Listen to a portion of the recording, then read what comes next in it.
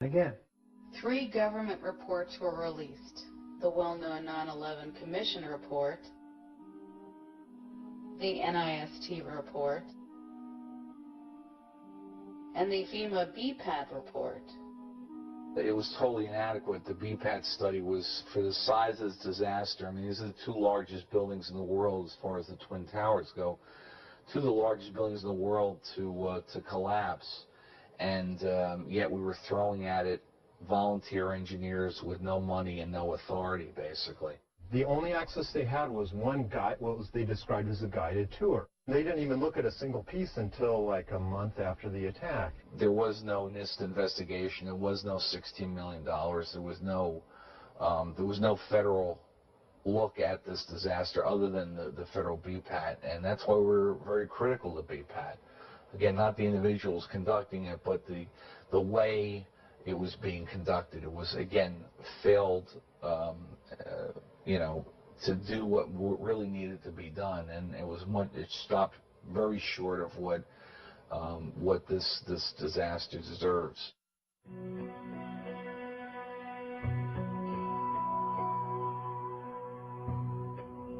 It's a very well-designed building. Leslie Robertson and those gentlemen did a good job designing it, actually. It's not hollow.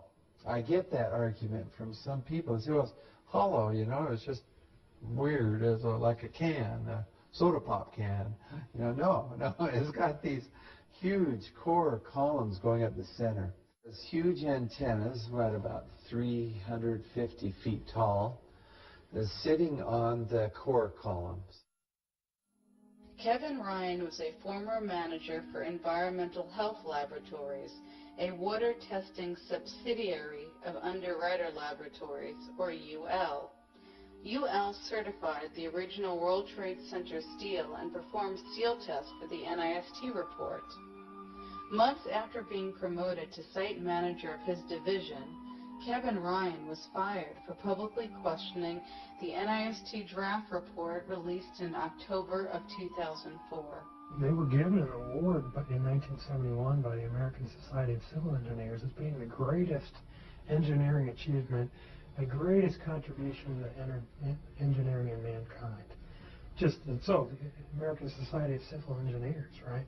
So these were very well built buildings. John Skilling was given another award around about then by the AISC group, the American Institute of Steel Constructors.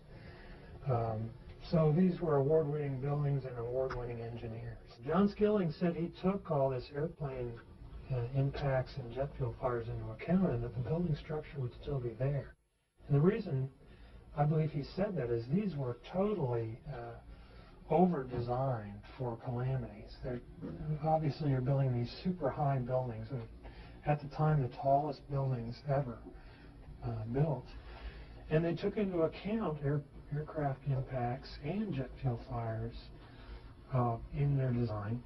Smith is one of the architects who helped to design the World Trade Center, Aaron Swirsky. Each floor by itself is sort of like an hermetic unit. It was designed even like for fire, that there were shutters that would shut off the ducts, the vertical openings, and that the fire couldn't travel from one floor to the other. Now that there's collapsed, it's really an incredible thing. It looked on the footage, what I saw on CNN, that the plane flew straight into the building. Straight through him, right. Yeah. So you're saying that the building was actually designed to cope with a hole like that and then still survive? Yeah, it was designed. Yes, that's what happened. It was the explosion in 1993.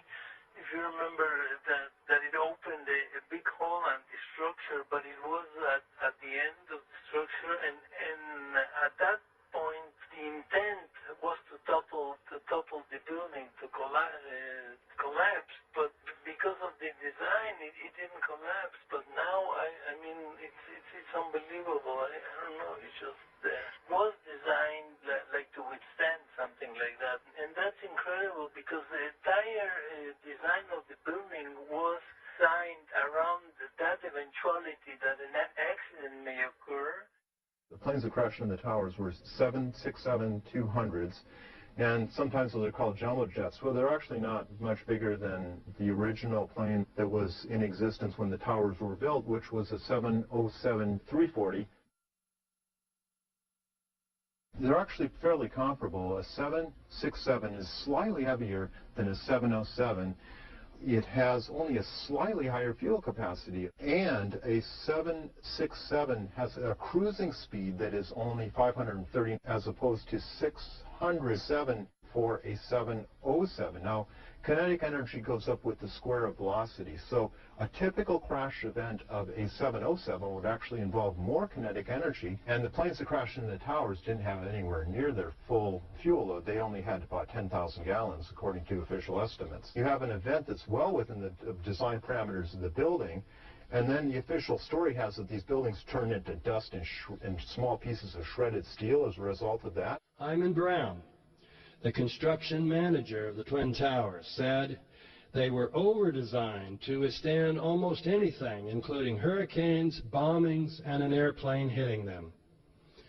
And even Thomas Eager, an MIT professor of materials and engineering science who supports the official theory, says that the impact of the airplanes would not have been significant because the number of columns lost on the initial impact was not large, and the loads were shifted to remaining columns in this highly redundant structure.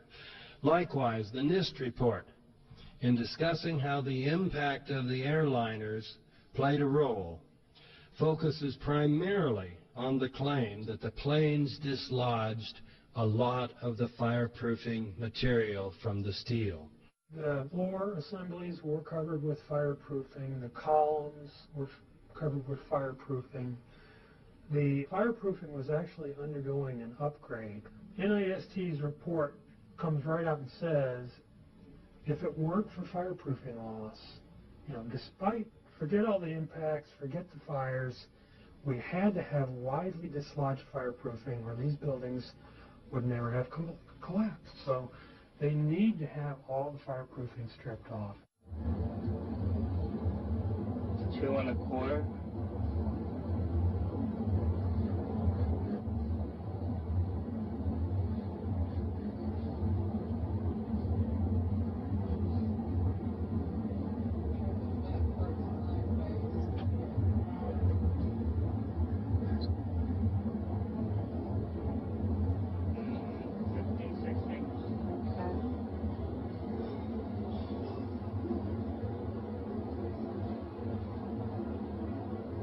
I pointed out that earlier calculations showed that the energy simply was not there.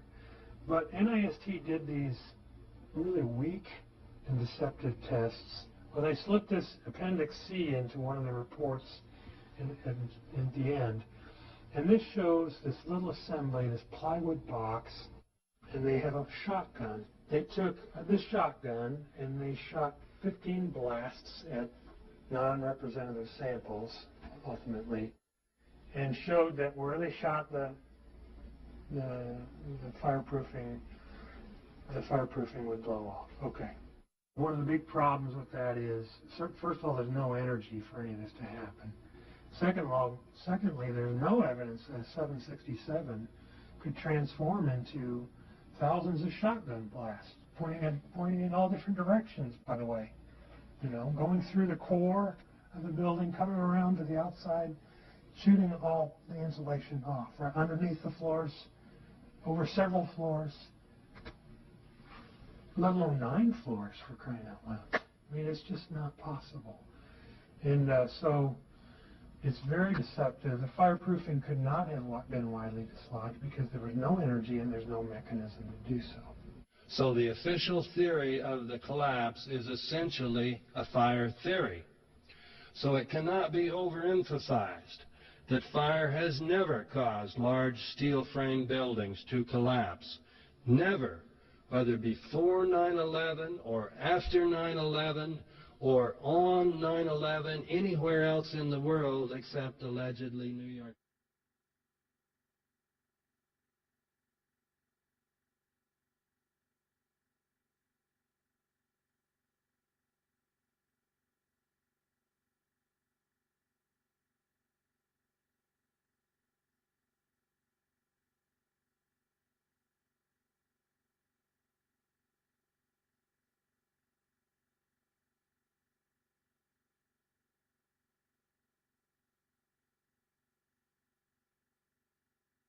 General Ben Parton is retired now, but he was one of the military's experts on explosives. Based on his experience, he did not believe that a mixture of fertilizer and fuel oil exploding in the street could have been responsible for the pulverized concrete at the Murrah building. General Parton calculated the pressure from McVeigh's bomb at various distances. He created this chart to show the pressures.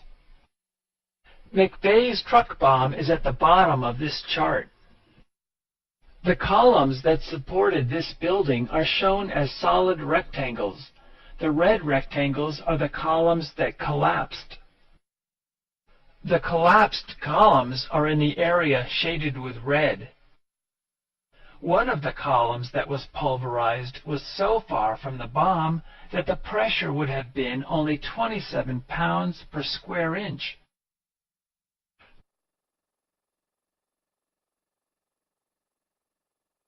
One explosion caused, because here's now what we are starting to learn about the succession, or what someone obviously hoped would be a succession of explosions. The first bomb that was in the federal building did go off. It did the damage that you see right there. The second explosive was found and diffused. The third explosive that was found, and they are working on right now as we speak, I understand, both the second and third explosives, if you can imagine this, were larger than the first. So try to imagine 2- or 3-fold happening what we've already seen there. It is just incredible to think that there was that much heavy artillery that was somehow moved into the downtown Oklahoma City Federal Building. 2 other explosive devices were found that were not detonated, and they were larger than the first. I think he said another bomb. Another bomb, that's right.